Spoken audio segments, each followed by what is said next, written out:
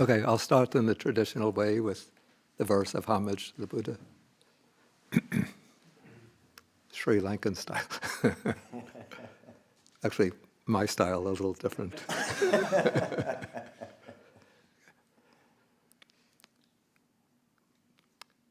Namo tassa bhagavato arahato sama sambuddhassa.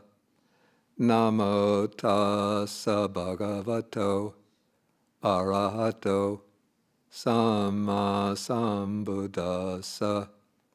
Namo tassa bhagavato arahato sama sambuddhassa. Okay, good afternoon, everybody. Yeah, first I want to again extend my thanks to Ajahn Pisano for inviting me or requesting me to give the Dharma talk this afternoon, and also for hosting me at this wonderful monastery for the past 2 weeks. Oh, it's hard to believe that these 2 weeks have gone by so quickly. It seems that I just arrived here and now it's time to depart.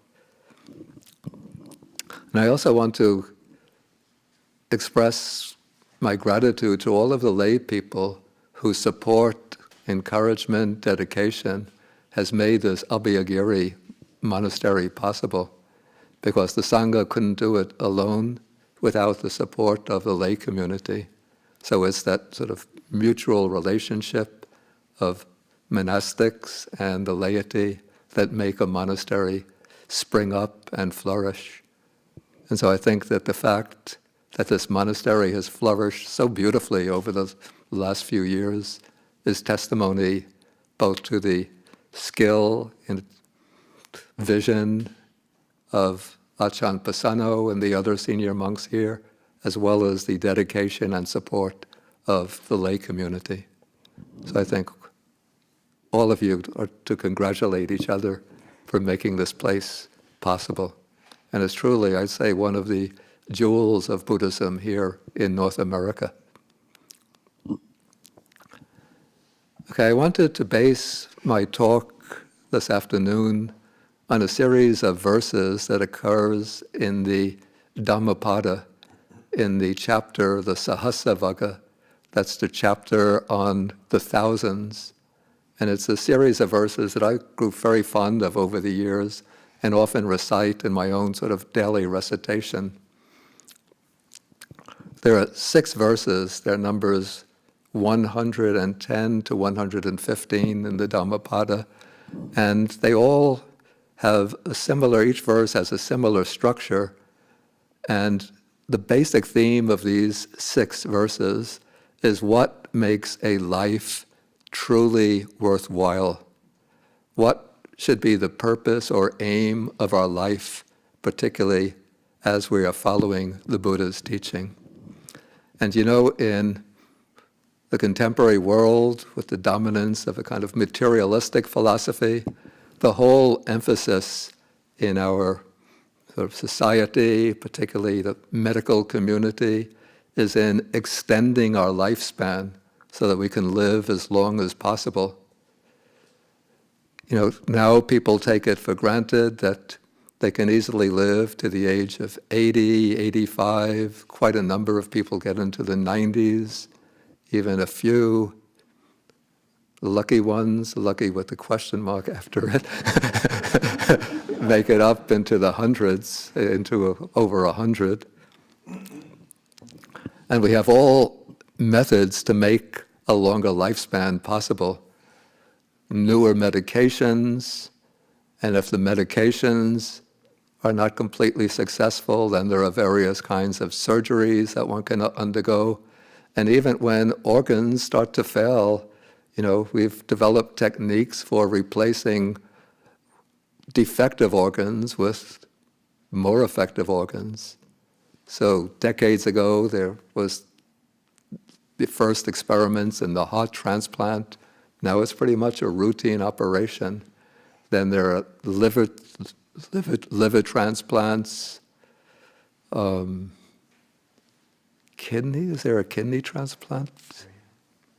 There is a kidney transplant. Yeah, with somebody with both failing kidneys, so somebody can donate a kidney and that's transplanted.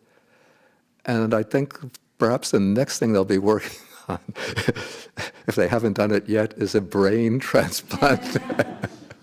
So I imagine sometime in the distant, maybe not so distant future, we won't need these organic physical bodies anymore, but they'll be able to sort of download a person's entire personality with all of its memories and character traits, maybe even the karmic imprints from previous lives, load it all down onto some kind of compact disc and put it into a completely plastic device modeled to look just like the original person, then upload all of that data, and then one has a lifespan just as long as that indestructible plastic can continue, perhaps until the time the sun explodes and the earth is consumed in fire.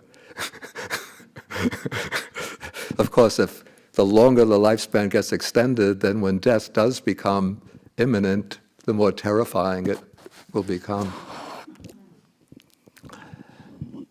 Okay, so one way,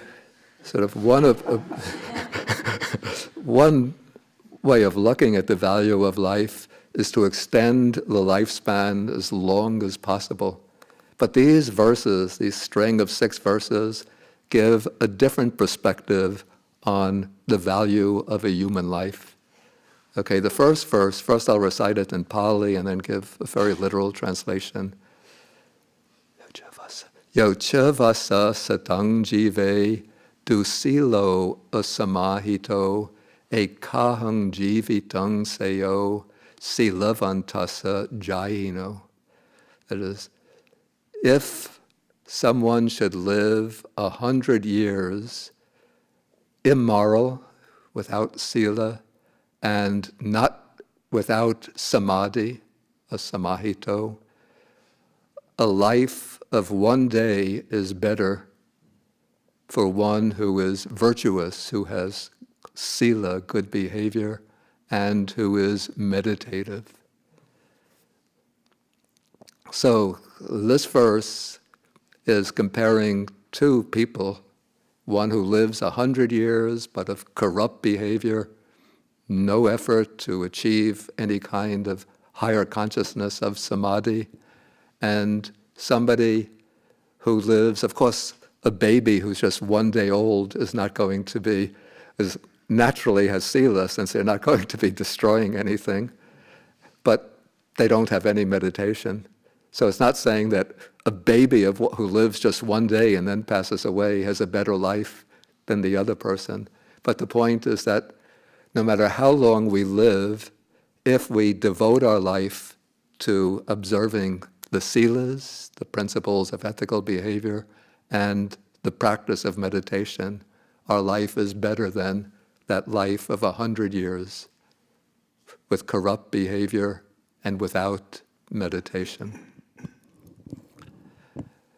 Okay, and I think we could say that, even for now, just put aside the aspect of meditation, but if one just takes the aspect of sila and compares somebody who lives a virtuous life with somebody who lives a corrupt life, somebody who does it without any hesitation, kills other beings, takes what is not given, engages in sexual misconduct, speaks falsely, indulges in intoxicants, you could see, and then compare that with somebody who lives a life of moral restraint, abiding by, at minimum, the 5 precepts.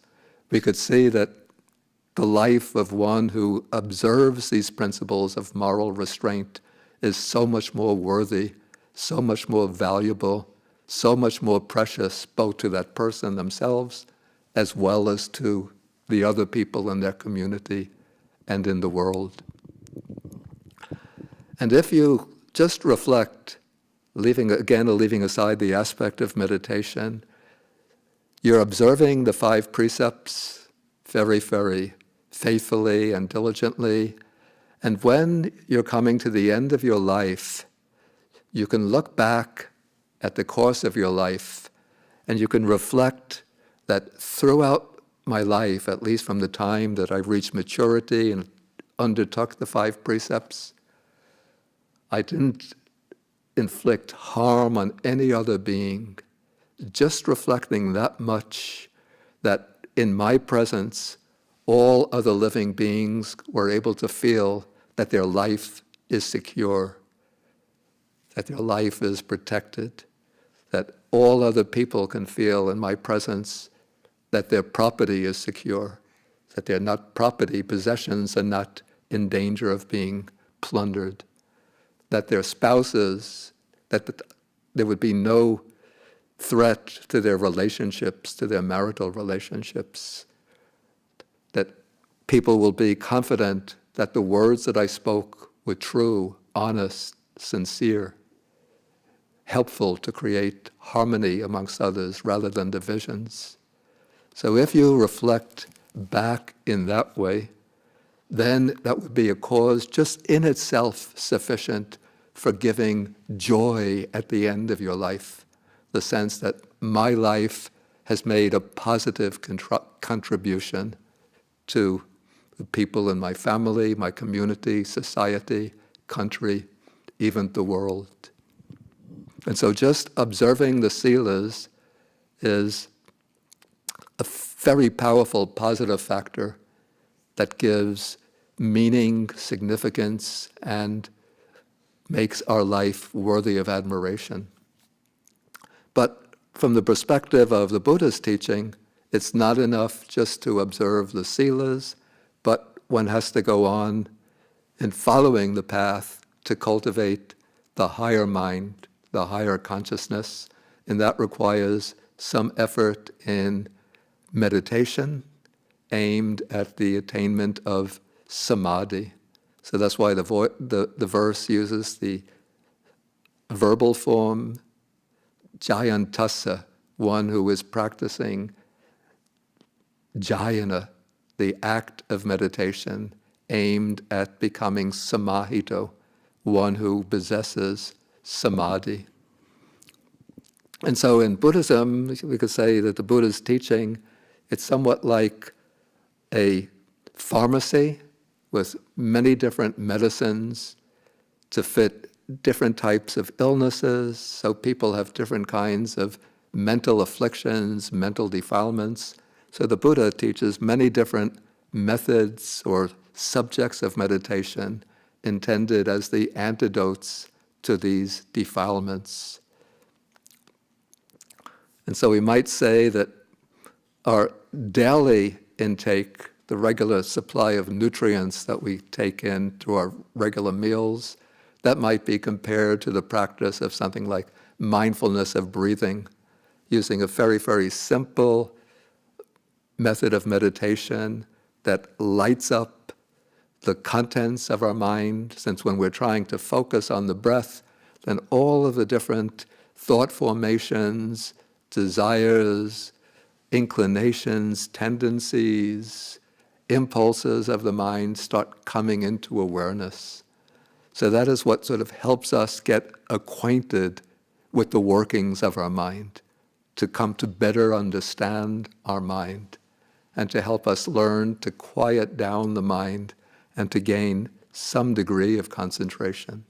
But then other mental afflictions start to intrude upon the mind, and when that happens, then one can resort to some of the other meditation subjects as a way of balancing the mind and clearing away those mental afflictions. For example, some people become prone, when they start to meditate, sort of unconscious or unrecognized states of anger, aggression, ill will, and towards others come into the mind. In that case, one could develop the practice of loving kindness meditation, the metta bhavana. And other people, and this is particularly relevant to monastics, states of sensual desire, sensual lust can arise. In that case, we can take up the meditation on the parts of the body, the 32 parts of the body, seeing how, though we look at the body sort of superficially with our ordinary sight as being beautiful and attractive, but when we start probing and examining into the constituents of the body, taking them one by one, we see that they're not so beautiful and attractive. And then a sort of general, this is like a strong tonic to energize the heedless or lazy mind, is the meditation on death. When we recognize that death is inevitable and we can never be certain when it's going to occur, that will give us a strong motivation for undertaking the practice diligently. Now, I was just reading yesterday that biography of Ajahn Chah, and I was looking ahead into the last chapter, which is discussing his trip to America. And at that time, he was traveling with Paul Brighter, who had in the early days been a monk. And Ajahn Chah was speaking to an American audience at the Insight Meditation Center in Barre, Massachusetts. And he was telling the people, you should practice meditation on death 3 times a day. And Paul Brighter said, why should I do that? I'm still a young man. I'm sure I'm going to live to be, to a ripe old age. I could live to the age of 100. And Ajahn Chah said, that's the way of thinking of a fool.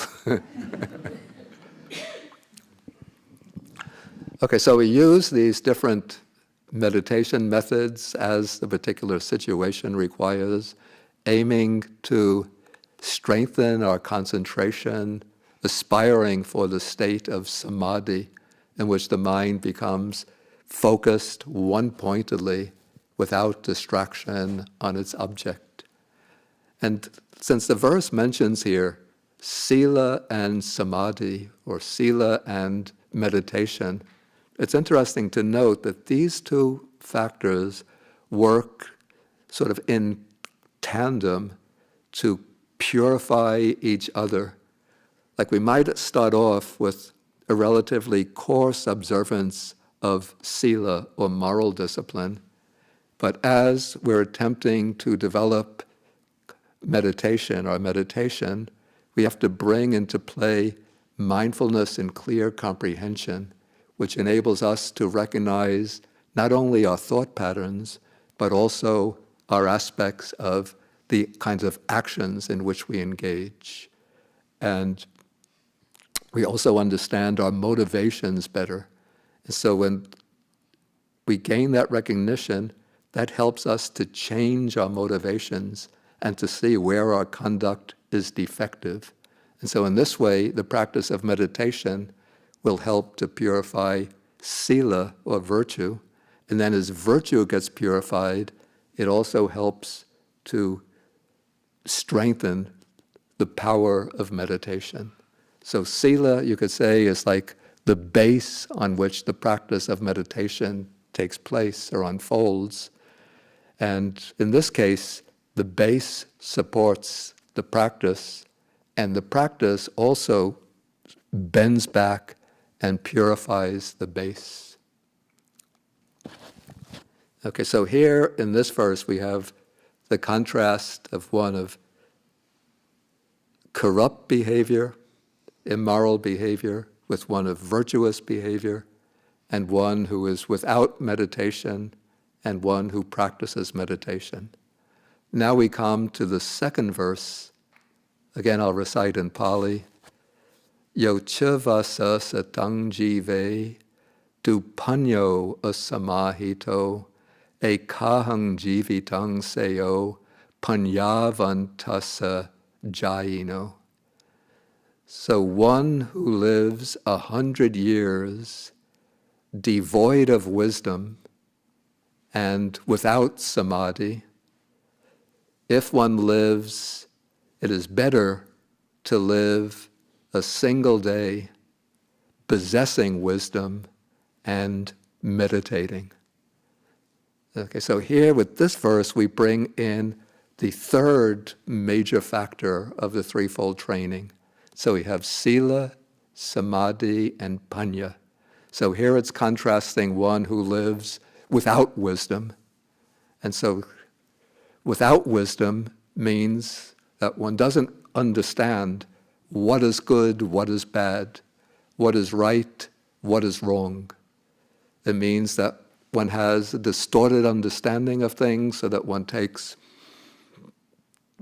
again, like Paul Brighter in that story, one thinks that one is going to live a long, long lifespan, and so in that way you think I can behave in any way that I want, and so one can act recklessly, carelessly, without any consideration for others, without any scruples, without any moral scruples.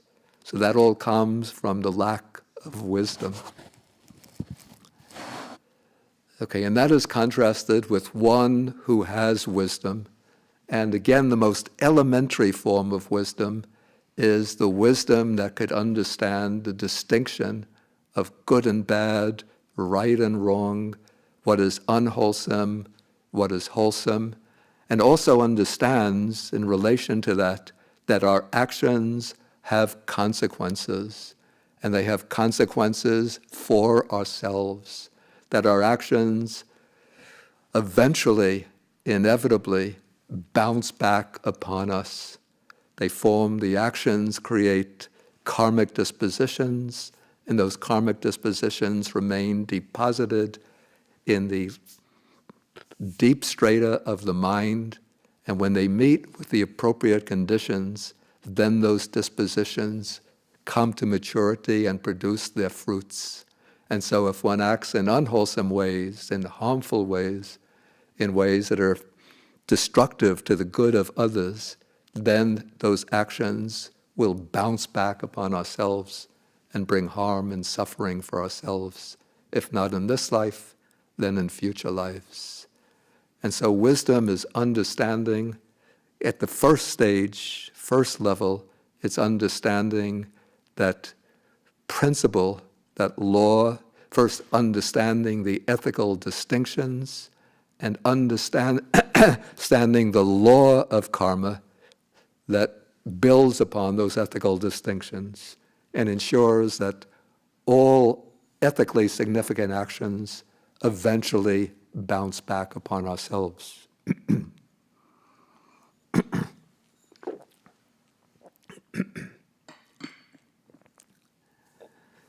Okay, having wisdom also contributes to the development of meditation, because it's through wisdom that one is able to see into one's own mind and to understand what are the mental factors that are arising in my mind, and then to evaluate those mental factors and to see, are those mental factors contributing to my well-being?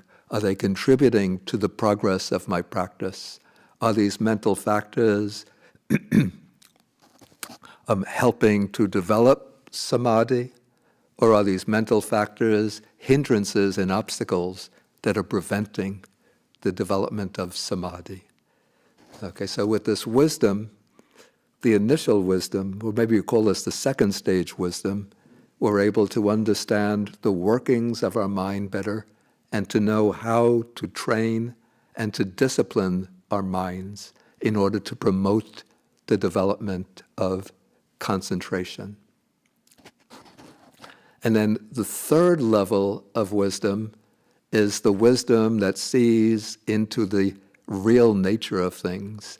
This is the wisdom that builds upon samadhi, the wisdom that arises when the mind becomes sufficiently concentrated to see the nature of dharmas, the nature of things, to see them yatha bhutang as they really are. And that means basically to see impermanence, suffering, and non-self. But we're going to come to that a little further as we go through the series of verses. Okay, so we have now the first verse mentions sila and samadhi. The second verse mentions panya and samadhi. So we have here sila, samadhi, panya. Those three constitute together, they constitute the threefold training of the Buddha's path. But there are still 3 more verses in this series. Okay, so the next verse says, Yo cha vasa satang jive kusito hina virio e kahang jivitang seyo viryang arabato dalhang.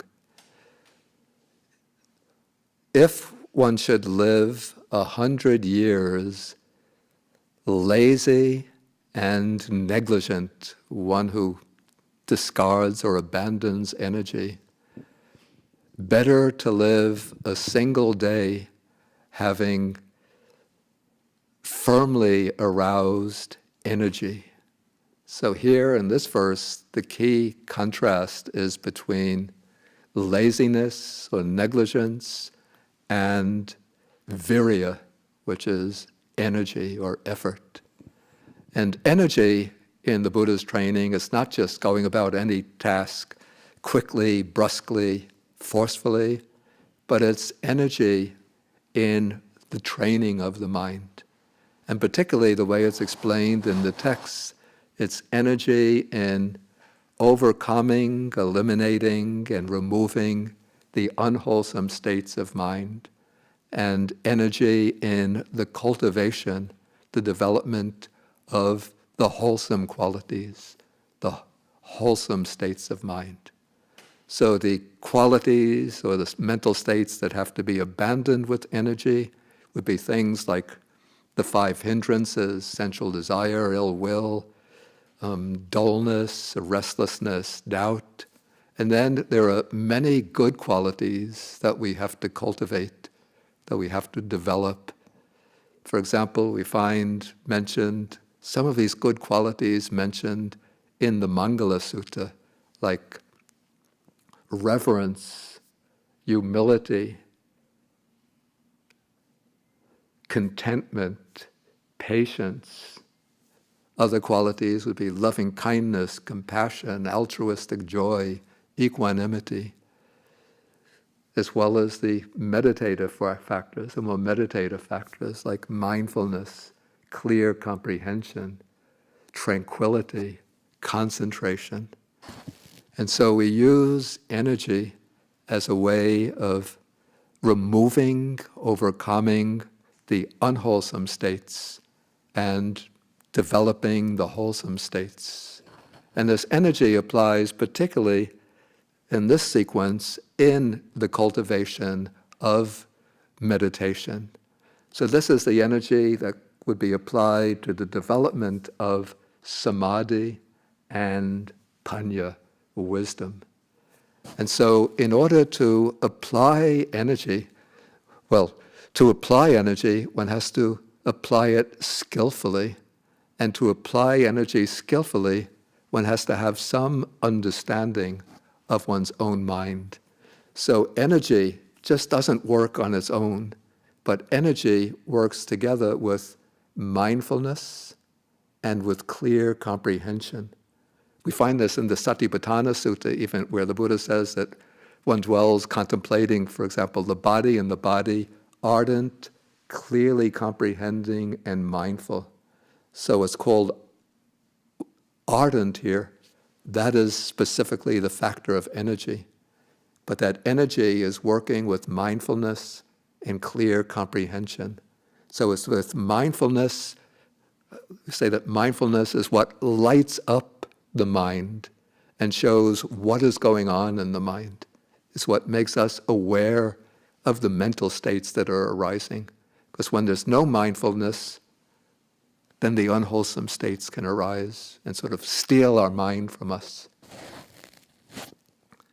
Whereas when there's mindfulness, then those mental states don't get the chance to arise, or if they do arise, then we become aware of them and they run away. I compare this to,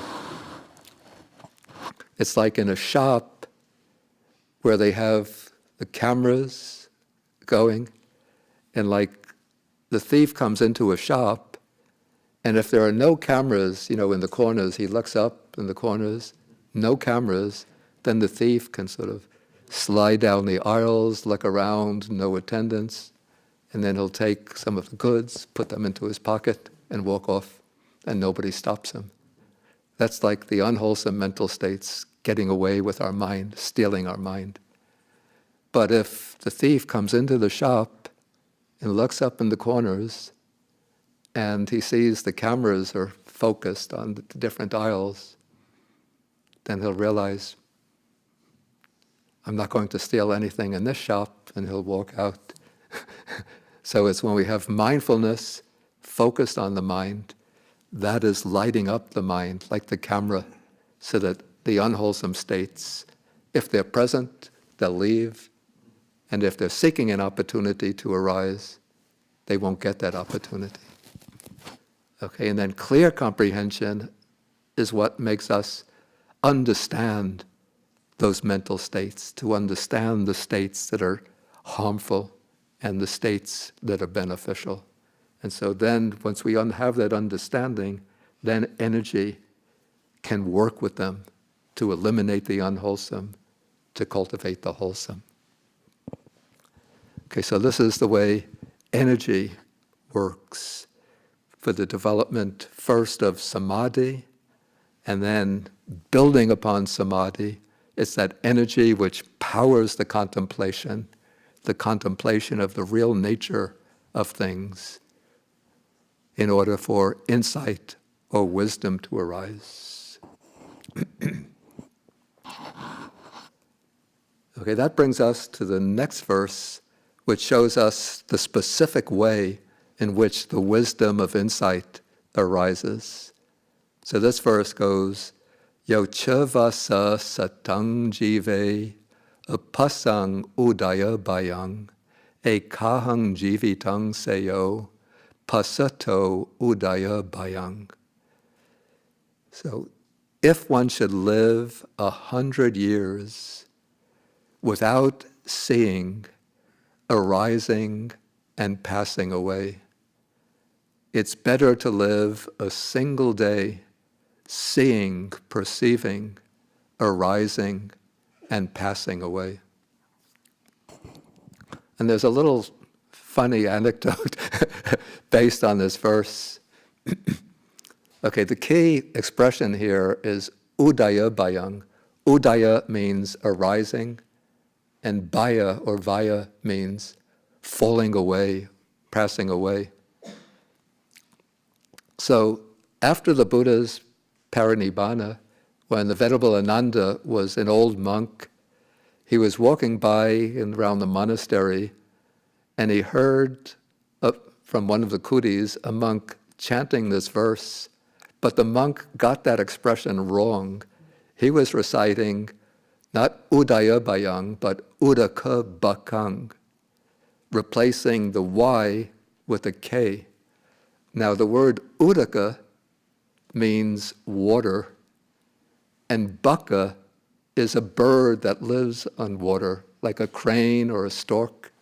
So he was reciting, if one should live 100 years not seeing a water bird, better to live a single day seeing a water bird.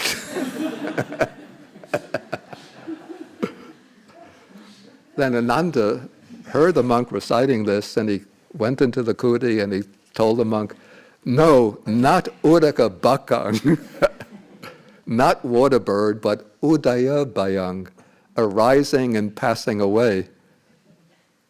And the monk said, yes, Bhante.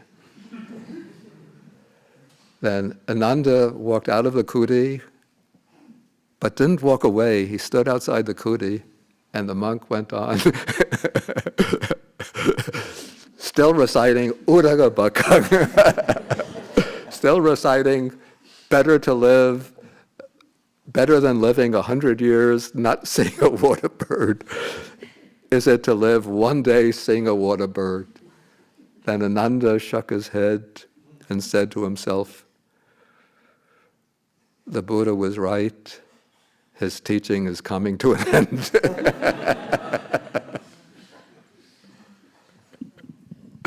So, you young monks here, if the elders correct you, please accept their advice. Okay, so the expression here, udabayang, arising and passing away, this is sort of the essential introductory stage in the development of insight wisdom. We're now, through the practice of samadhi, to some degree, the mind has become focused, one-pointed, concentrated. So now one directs the mind to start to examine the nature of the body and the mind. And usually this is formulated in the suttas in terms of the 5 aggregates. So it's investigating the arising and passing away of the 5 aggregates. So usually, because the body is the coarsest of the aggregates, one begins with material form, the physical substance of the body, and observes how the body, within the body there are these processes which are always occurring, always changing. This is not just intellectual reflection, but because the mind is now focused, collected, very sensitive, so one could, as one sort of extends the mind through the body, one could feel in the body itself these physical processes constantly occurring, at first at relatively coarse levels, arising, passing away, arising, passing away. And then as the focus on arising and passing away gets more and more intense, then the perception of these processes of arising and passing start increasing in rapidity until it becomes, the whole body dissolves into a whole sequence or stream of just processes of events that are arising and passing, arising and passing. And then the mind, the attention moves on to the mental aggregates, to feeling, perception, the volitional activities, arising, all of them arising and passing, arising and passing. And then it turns to the apparent observer of all of this, the consciousness, and focuses in closely until it sees consciousness itself, the awareness arising and passing away. And so now one is seeing the arising and passing in all of the 5 aggregates. So this is the very clear now perception of impermanence, not just as theory, not just as doctrine, not just as a statement in the text, but the actual anicca sanya, the direct perception of impermanence. And then it's said, both in the suttas and in the commentaries, that as the perception of impermanence increases in intensity, initially we have arising and passing away, but then the attention tends to focus more and more on the aspect of passing away, so that the arising aspect falls into the background, and instead one is observing now phenomena as the texts say, kaya dhamma, vaya dhamma, viraga dhamma, nirodha dhamma, that all of these phenomena are subject to destruction, subject to vanishing, subject to fading away, subject to cessation. And so now one is into a very deep perception of impermanence. And so this is what evolves from the perception of arising and passing away to the perception of passing, fading away, and cessation. The cessation, moment by moment cessation of the 5 aggregates. And now we come to the next verse in the series. Yocha vasa satang jive apasang amata padang ekahang jivitang seo pasato amata padang. So this verse means,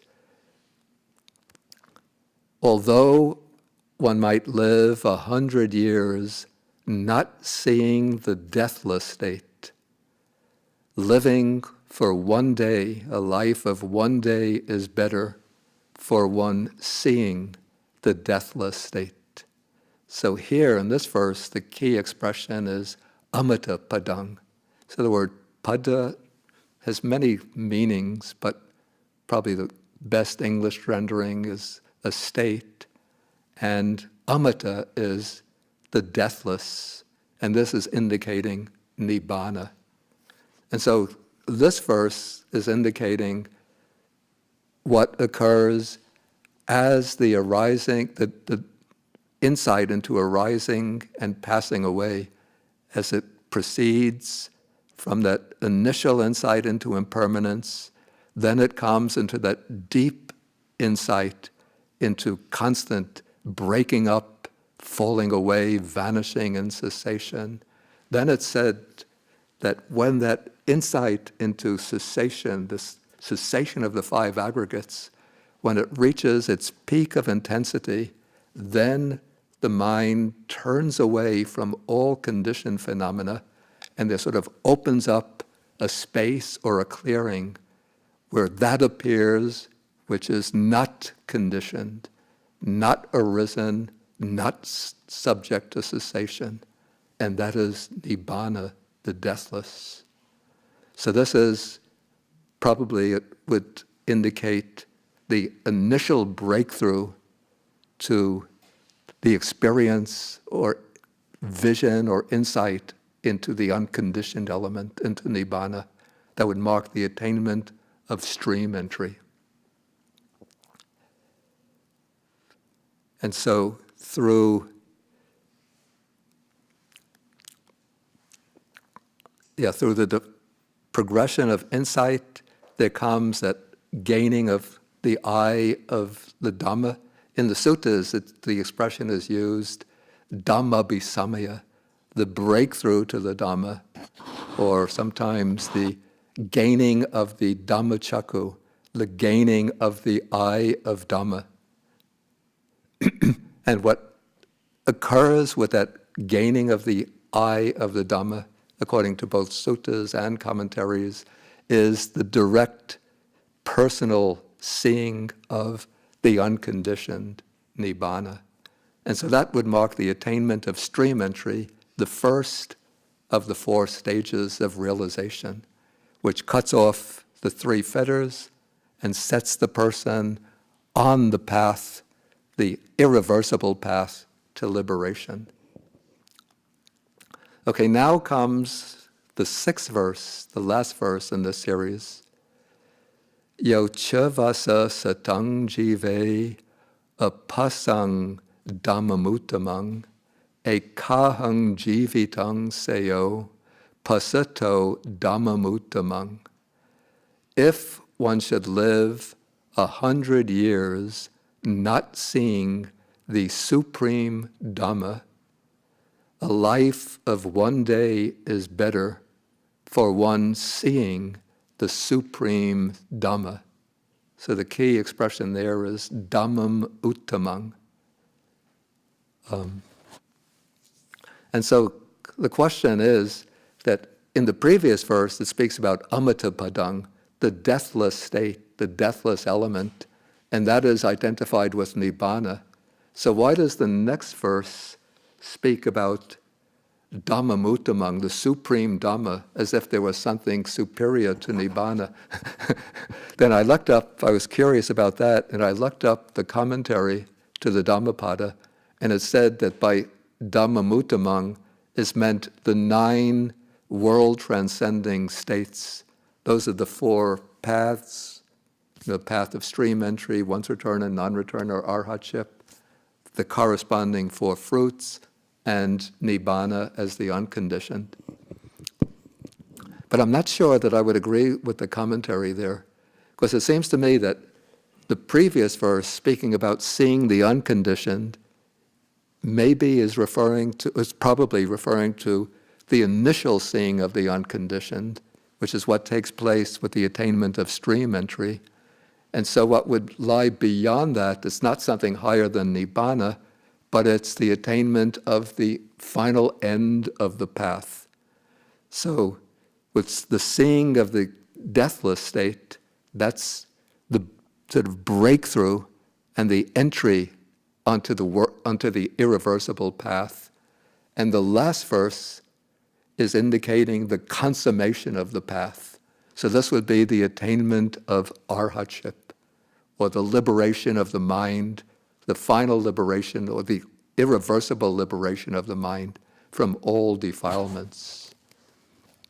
Okay, so looking now at these 6 verses, sort of getting a synoptic view of them, we see that the 6 verses are taking us through a graded series which lays out very beautifully the scheme of the Buddha's spiritual life, starting from the observance of the silas, the practice of meditation aimed at samadhi. In the next verse, we bring in the factor of panya, or wisdom, so that here we have already the threefold training around which we on which we ground our life as followers of the Buddha's teaching. But then to actually put those 3 principles into diligent practice, then we need energy or effort, which comes in the 4th verse. And then as the energy is applied, especially to developing samadhi and panya, then we undertake the development of insight meditation through contemplating the arising and passing away of phenomena. And then when that insight reaches its peak of intensity, then there comes the breakthrough, the initial breakthrough, to the seeing of the deathless state, nibbana. And then as the practice is pursued still further, then there comes the attainment of the supreme Dhamma, that irreversible liberation of the mind. Okay, so that is the whole scheme of the Buddha, sort of the scheme of the Buddha's path laid out by these 6 verses. But sort of we have to come back to the beginning, to where we find ourselves at present, and looking at these verses, think, what do we have to practice in our own life to give our life this meaning and value and significance? And so at the very outset, we have to start by getting a good grounding in the silas, the moral practices, devoting ourselves to some congenial method of mental cultivation through meditation, gain some understanding of the basic principles of the Buddha's Dhamma, which is the seed of wisdom. And then on that basis, we could apply ourselves energetically and strive to reach the higher stages laid out in the series of verses. Okay, so maybe that will do for my talk this afternoon. So again, I thank you all for your attention and wishing you all progress and joy in following the Buddha's path.